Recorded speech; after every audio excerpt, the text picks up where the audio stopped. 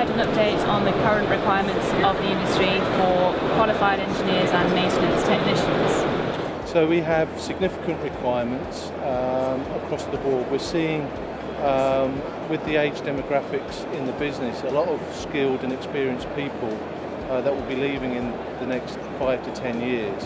And so we've got to find ways of bringing new skills and new talent into our industry and into our business. So we're looking at taking on apprentices and graduates and people direct entry into our mechanic schemes and our LA licensed aircraft engineer schemes as well. Are there certain fields in which technical skills or numbers of personnel are particularly in need of strengthening? We certainly find it difficult to recruit licensed aircraft engineers, which is why in British Airways we've taken a strategy of growing our own talent within our business, and that's why we reintroduced our apprenticeship programs, so that we could take people from school and really grow them to be our future engineers. What we do find though is by bringing new people into the business, and certainly young people, there are hand skills issues and airworthiness issues, so we really have to concentrate on those two particular areas. They're very bright academically, but they maybe don't have the hand skills that we need in our industry. What kind of training challenges are posed by the composite materials which are being used increasingly on the latest generation of aircraft? Obviously it's a significant change in materials. We have dealt with composite materials historically, but we will be looking to train up a small group of very highly specialised people that are able to deal with the challenges of a fully composite aircraft. And then across the board we will be giving awareness training and we'll be looking to do refresher training probably every 2 years, so that we keep the skill level up within the business. What preparations has BA Engineering made to cater to the 787 Dreamliner? So we have purchased a simulation style classroom from Boeing and we introduced that last year. We've run a number of courses already, so we're quite mature in the delivery of that course, and we're now starting to gear up with the delivery of the aircraft not long away now. We're starting to gear up for refresher training and practical training as well. So there's been a significant investment to get those training facilities ready.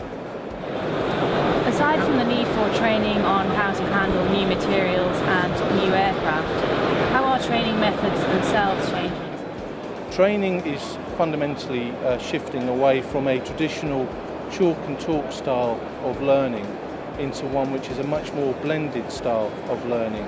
We find with younger people in particular, they're not used to that, or they're not very adaptable to that old style where you sit in the classroom for a long time and basically get talked at. So we're looking at how we blend the learning, so they do some of the theory, practical training as well, get them onto the aircraft so they actually get exposure to the aircraft.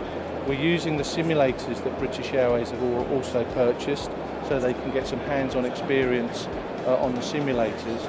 And we are moving away as well to looking at how we use mobile devices and how we use learning that's delivered on an e-learning platform rather than just on a classroom, in a classroom environment.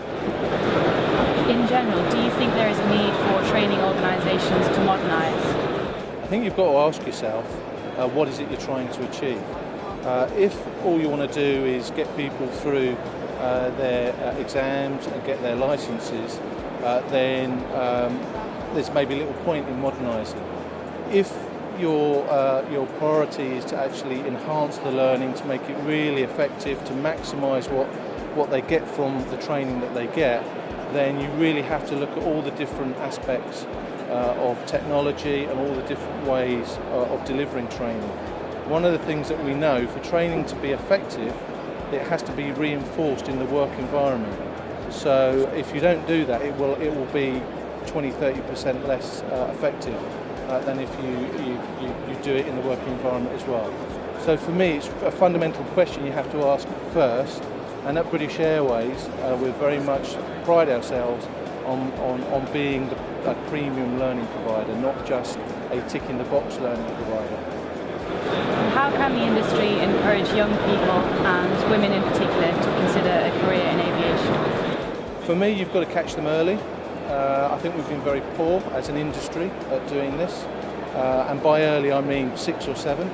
You've got to get into the junior schools and the primary schools and really get them engaged and interested, and then really prolong that and keep coming back to it until they get to working age. You've also got to think about some of the other key people in that making that decision. So parents and teachers are really important as well, and we've got to get them on board and looking at a career in engineering as a positive thing. All too often we see the interest snubbed out at an early age because of people's perceptions of engineering being some old-fashioned type of industry, and it's not. And it's got lots of opportunities and it's really exciting, but we've got to get that across to certainly people at a very young age. Finally, what would you say is the outlook for the future? I think it's really exciting. We've got new aircraft, new technologies that are coming, and with that the learning is changing as well. And we're very much moving into, as I said, new technologies. We're looking at augmented reality, where you create a virtual world. We're looking at how you learn through play, because that's actually how younger people learn. So we will see our industry revolutionised in learning, and there's going to be some real challenges along the way. Certainly the regulators are struggling to come to terms with that in terms of their approach to how we learn as well. Thank you.